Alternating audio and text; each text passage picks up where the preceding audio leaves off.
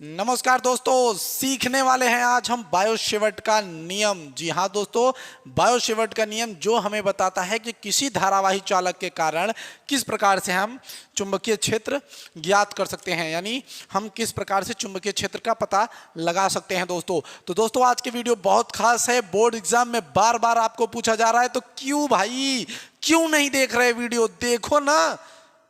चलो चलते हैं व्हाइट बोर्ड पर तुरंत दोस्तों, देखते हैं।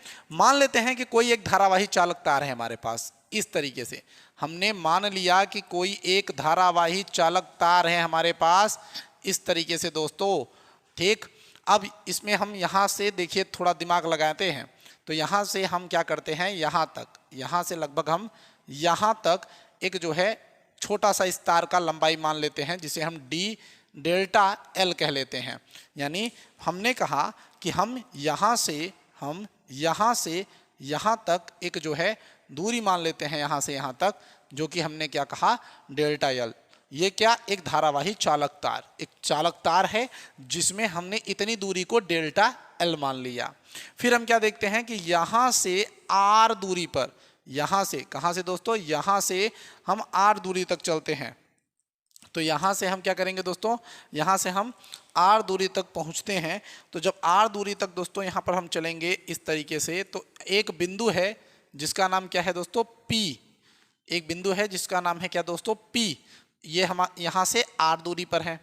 अब ये जो तार है दोस्तों, और जो या तार है या चालक है, जो भी आप कह लीजिए, ठीक, इसका यहाँ पे डेल्टा, माफ करिए, थीटा कोण बना रहा है। ये क्या बना रहा है, थीटा कोण बना रहा है।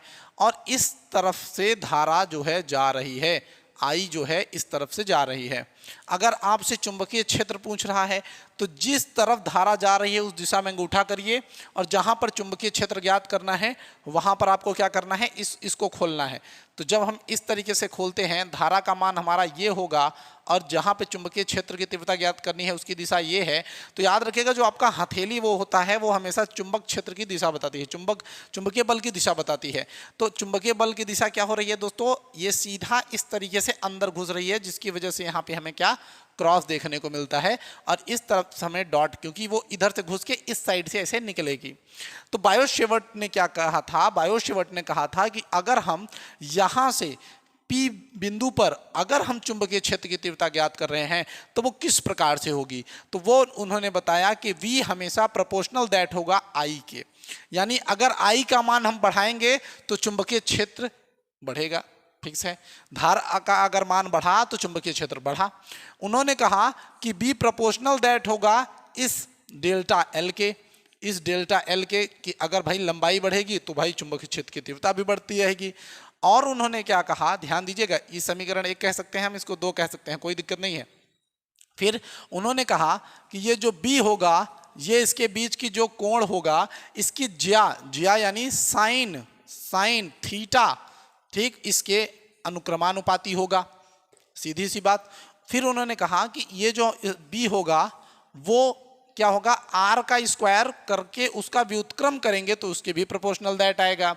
तो हमने क्या किया, इनको एक में कर लिया। जब हमने समीकरण 1, 2, 3 और 4 को एक में किया, तो हमें क्या पता चला कि B proportional that I into delta L into sine theta into 1/r²। अब इन सब का गुणा कर लेते हैं, तो बी प्रोपोर्शनल दैट आया i into delta l sine theta r², ये आ गया।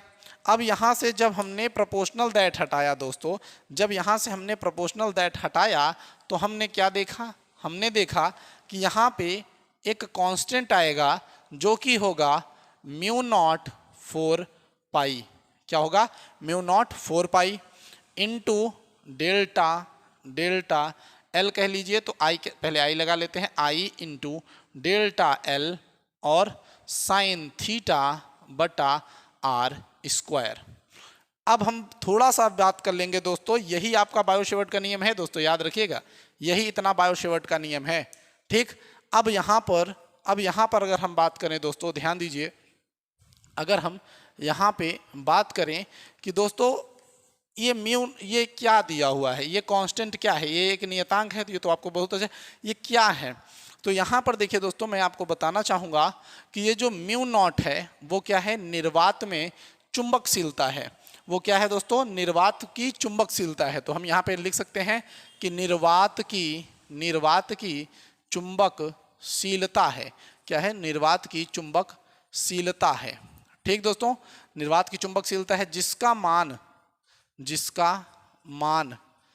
मान क्या होता है, 4 पाई 10 पे घाते 7, ध्यान दीजिएगा, 10 पे घाते 7 न्यूटन प्रति एम्पियर स्क्वायर। तो ये क्या हो जाता है दोस्तों, न्यूटन प्रति एम्पियर स्क्वायर। ठीक, याद रखिएगा।